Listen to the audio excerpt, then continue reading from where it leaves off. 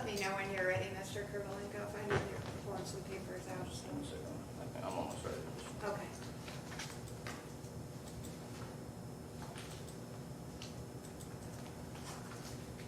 I am ready, Judge.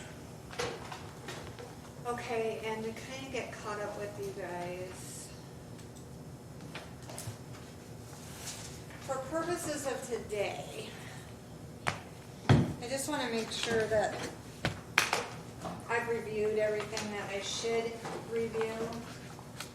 Oops, I'm looking at something different here. Guys. So there was a motion to dismiss filed by Mr. Krivolenko, and the file date is November 14th, 2024. It's based on the defendant's motion, so it's a 24-page document. And then I think there's some service things on the back of it, which are the remaining of the pages. Just double checking that. Okay. And then I reviewed response to motion filed by the state, and it's file stamped January 21st, which it looks like is approximately an 11-page document with an Appendix A, which is the affidavit in support of search warrant, and Appendix B, which is the declaration by Ms. Boyd. Appendix C is the information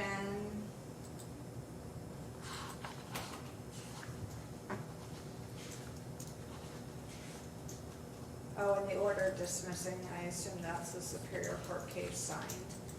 And then I reviewed Mr. Krivolenko's response to the state's response to his original motion, which is a 10-page document, and attached to that is the BOLO. Looks like that's 3 pages, and certificate of service, and a declaration starting on page 15 of total documents by Mr. Krivolenko, and a certificate of service. So I was confused a little bit because the state's response to motion referenced, I thought, an exhibit F or something you said was, exhibit 7. Okay, so I couldn't find exhibit 7, which was supposed to be the police reports, but I did find that on another motion that was previously filed on October 24th, and that is again a 9-page brief, and then page 10 is a 7-page police report. And then the other thing I found, just to try to make sure I had all the exhibits, was at some point in time on October 29th, we received some exhibits, and I don't know if this is for a separate hearing or not. This came from I believe Mr. Krivolenko filed this. So there's a disc, and these are called, I think these are called trial exhibits, so these may be for a different part than today. So it was because I was looking for exhibit 7 and I couldn't find it, that I thought maybe it was in another exhibit. So Yeah, perhaps that was my confusion, Your Honor. I thought that I was responding to the motion to suppress filed October 24th, which you just referenced, which does contain Exhibit 7, and the motion to dismiss filed November 14th. So my so you responded to response both. is, Okay, encompasses gotcha. both of them. All right, so I'm assuming, based on all that, that the intent for today is to rely upon the exhibits and the briefs that have been filed. Is that correct, Mr. Krivolenko? That's correct. Okay. The trial exhibits were anticipated for the previously set trial date. Yeah, so this would be, we haven't addressed the motions in limine yet because whatever happens on this motion could be dispositive. So this I'll just set aside because this would be for, I will then request the court if I need to use any of those exhibits for this That's fine. particular, that there are also included I have that. or conjoined. Okay, so I guess it's Mr. Krivolenkoff's motion or motions, I don't know if you consolidated the two in your most recent filing or not, but they're very lengthy, I've reviewed everything. I'm gonna tell you up front, I'm not going to issue a written, or I'm not gonna issue an oral decision today, I'm gonna do whatever decision I do in writing, so that I can look at everything and that everybody's submitted and your arguments, so I just want you to know that up front. Okay. You're not likely to get that decision today, but I will do one in writing afterwards. Okay, so Mr. Krivolenkoff, it is your motion, so if you want to address the court first, I've read through everything, but if there's something you want to highlight or bring to the court's attention, that's fine, but I'll let you address the court first. Sure, thank you. As these proceedings obviously originated in the Superior Court, we all know that as a matter of fact. That case has been entirely dismissed for obvious reasons that the state could not produce a single piece of evidence of any alleged crime. The incident stems from an alleged repossession that was never verified by neither the state, deputies involved, arresting officer, etc. Still, there is no documentation establishing such fact as a matter of law and as a matter of articulable facts. Secondly, as an owner of the property, and I have a right under the state law to defend my property, defend myself, and that is exactly what I did. I've ordered explicitly multiple times for the trespassers, the tow truck drivers, previously named by the state as the alleged victims. That also has been overturned and dismissed because all of the harassment charges, even proceedings in this court, have also been dismissed by the state. I wonder why. Quite obvious. Again, no evidence of any crime whatsoever. So now we are back at the remaining alleged obstruction of an officers, again, who were told to get off my property, who all refused. There's now sufficient evidence as to the underlying reason why they were there. The Exhibit 18 Bolo clearly establishes First Amendment retaliation. I already knew that at the time. I stated that to them at the time. I clearly and explicitly told them to get off my property, obtain a warrant, or otherwise get off my property. They refused. They did not obtain a proper warrant. Thus, all actions by the officers, including tow truck drivers and everyone else involved, is unlawful. This prosecution is malicious against me and against my innocent wife who's here present in the court. Furthermore, the use of force was unlawful, unreasonable, excessive, criminal. This prosecution is criminal. This prosecution by the state, criminal. This prosecution is malicious, without probable cause, without any elements of any crime alleged against me or my wife. So, what do we have left? Well, we better make sure that the warrant that has been submitted as a piece of evidence by the state is actually valid. What do I not find on this piece of paper? I don't find a single signature of anyone. Well, anyone, specifically the signature that should be on here, should be signature of a judge issuing the warrant or a judge reviewing the affidavit. I see a blank page on the signature. I see no dates. Hold on one second, Mr. Krivolenkoff, let me get caught up to you on that because it's attached to her brief, so let me just, Sure. I want to make sure I'm on the same page as you as you're making your argument. Okay, so how long did, and that's her attachment A, is that correct? Or appendix A? Correct, Your Honor.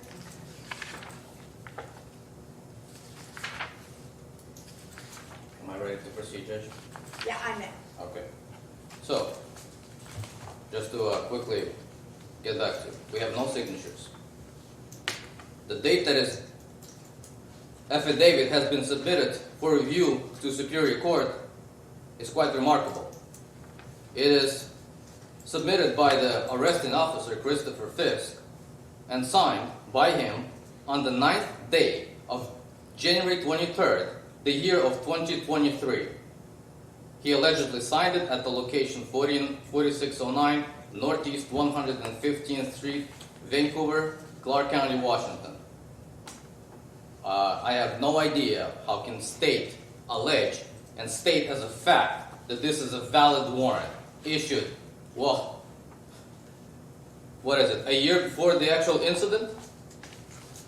I would like to see an explanation to that. I'm extremely curious to hear that explanation. Secondly, let's actually go look at the search warrant. Again, if we flip to the page where there should have been a date of a judge signing this order, name of a judge signing this order, lawfully issuing the actual order, search warrant, blank. Nothing there. Nothing there. Now, let's hear from the state eventually in this proceeding. How does the state think that this is legally sufficient? Finally, all of the reports by the victims, alleged victims, witnesses, tow truck drivers, David Harding and his partner Royce Bates, none of what been taking place prior to what officers witnessed with their own two eyes, it's all hearsay. Finally, the report of alleged gun is false. That report to 911 summoning police in such an overwhelming force, that's a felony crime. What's more disturbing is why am I being prosecuted for defending my property instead of Royce Bates and his partner, instead of all of the deputies who violently committed crimes against me and my family, pepperballing my minor children, breaking into my house without lawful authority, warrant, committing all of these atrocities, and the state is after, maliciously, relentlessly prosecuting innocent individuals when the criminals are out there running loose. And by the way, where are they? The state can't even locate these so-called witnesses. When I clearly requested, who is the third individual that is present on every single body cam almost? The best of my review, at least on some of them. Who is the third individual who actually trespassed on my property, obtained the keys from one of the deputies on whom I filed a criminal complaint? And by the way, the deputy here, an excellent gentleman, the one received from me that complaint. Where are the charges? Where are the charges against the criminals? No, the state relentlessly prosecutes us, innocent people. So I think I should have the leniency by this court of expressing my rage against this criminal conduct. And I demand that both of our cases to be dismissed immediately with prejudice. And after that, you should definitely go after the criminals who are real criminals.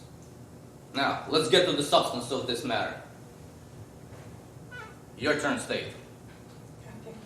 Response. Thank you, Your Honor. Mr. Krivolenko's motion was based on a lack of probable cause. I didn't understand until right now that he is basing it on an alleged lack of signature on the warrant.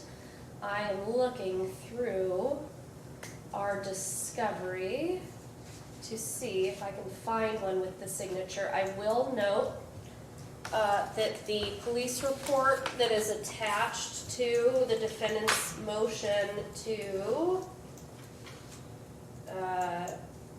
suppress, filed October 24th, the page 6 of 7 of Exhibit 7, which is the police report authored by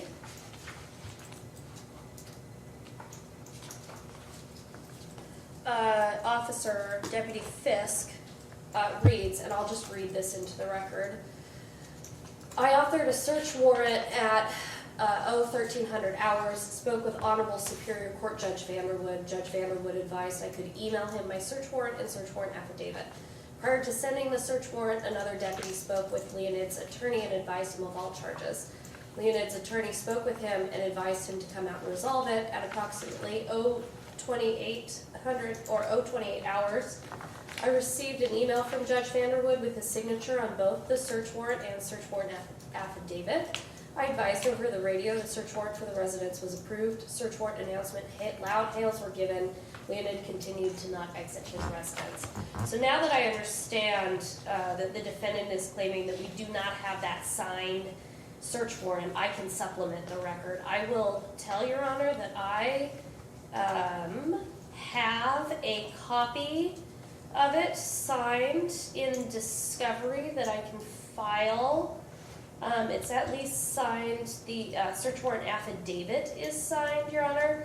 I will have to, as well as a email from Judge Vanderwood saying that he has executed the, signed the attached affidavit and warrant. For a second. When you say the search warrant is signed, do you mean to say it's signed by the deputy, or are you saying that it was signed by the judge itself?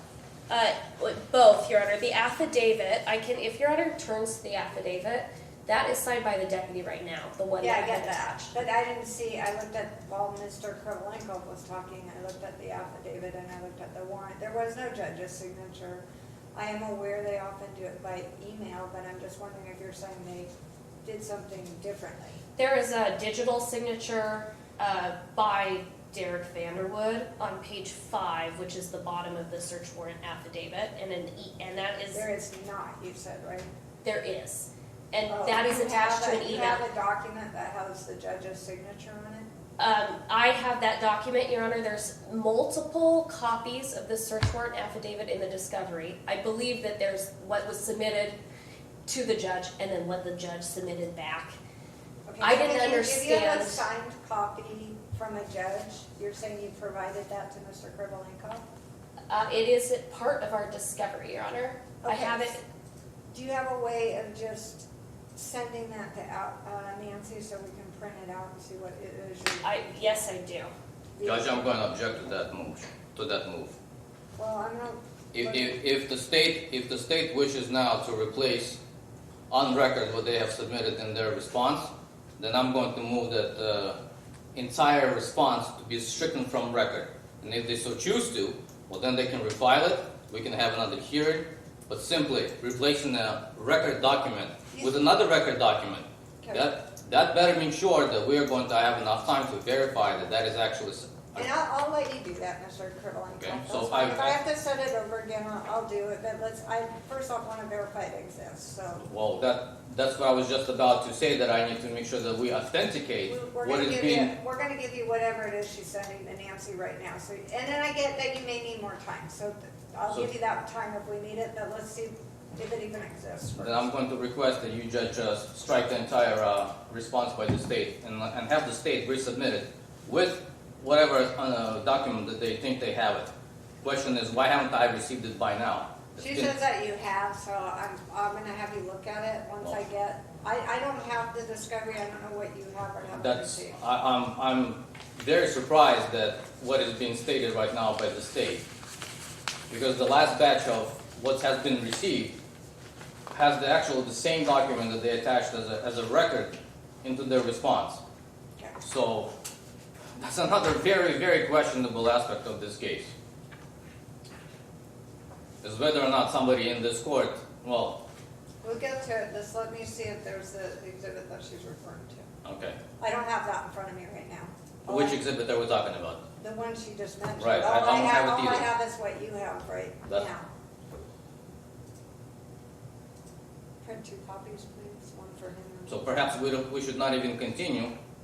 Strike it, have the state Okay, I'll let resubmit you the look response. at it before you, if you want to reset the motion, we'll talk about that, but let me print it out so you understand what we're referring to first, okay? Okay.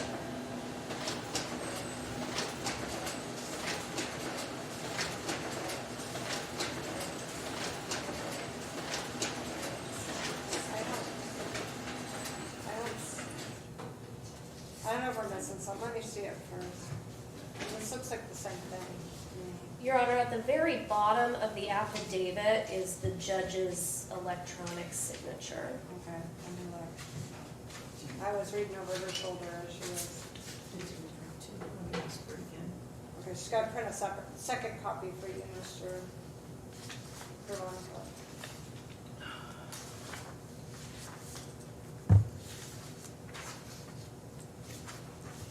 And Your Honor, if we do plan on resetting this, I can have discovery resent to Mr. Krivolenko just to make sure that, See, this looks like what you already attached. You want to look at it? I don't see a judge's signature. It's probably there, but it's the way that it gets emailed that it won't show. Because there's a certain way, I have to email things to make sure that your signature is on it. perhaps I can show you my computer screen. I'm happy to show it to Mr. Krivolenko as well. You might have to it sounds like he's asking. I mean, Or I can, we I can think we're gonna reset, I have to can have print off a you copy. reset it and print it out because this is the same stuff we already have. Did Yeah, you verify it's that? blank, that's how it comes up, it's blank. So, Your Honor, in lieu of that, I think perhaps Mr. Krivolenko could be correct. I would have to double check. But perhaps he could be correct that he didn't receive a signed version because the way that it was discovered to him wasn't. I think that we'll have to print it off at my office and then scan it in. We're set for March, so let's reset this hearing. Just try not to fabricate it, okay? Okay. I think March 11th, right, is our readiness. Correct, Your Honor. Trial March All right, 20th. I gotta get my bearings. We're not in January, we're in February. So I have, February 17th, which is only 1 week, which I don't know if that gives you guys enough time in the afternoon. I also have February 18th or February 19th in the afternoon. The 18th or the 19th would work for me, Your Honor. I'll defer to Mr. Krivolenko and his schedule. 18 is working. The 18th works? Same time, 1 p.m.? 1 p.m., yes, sir.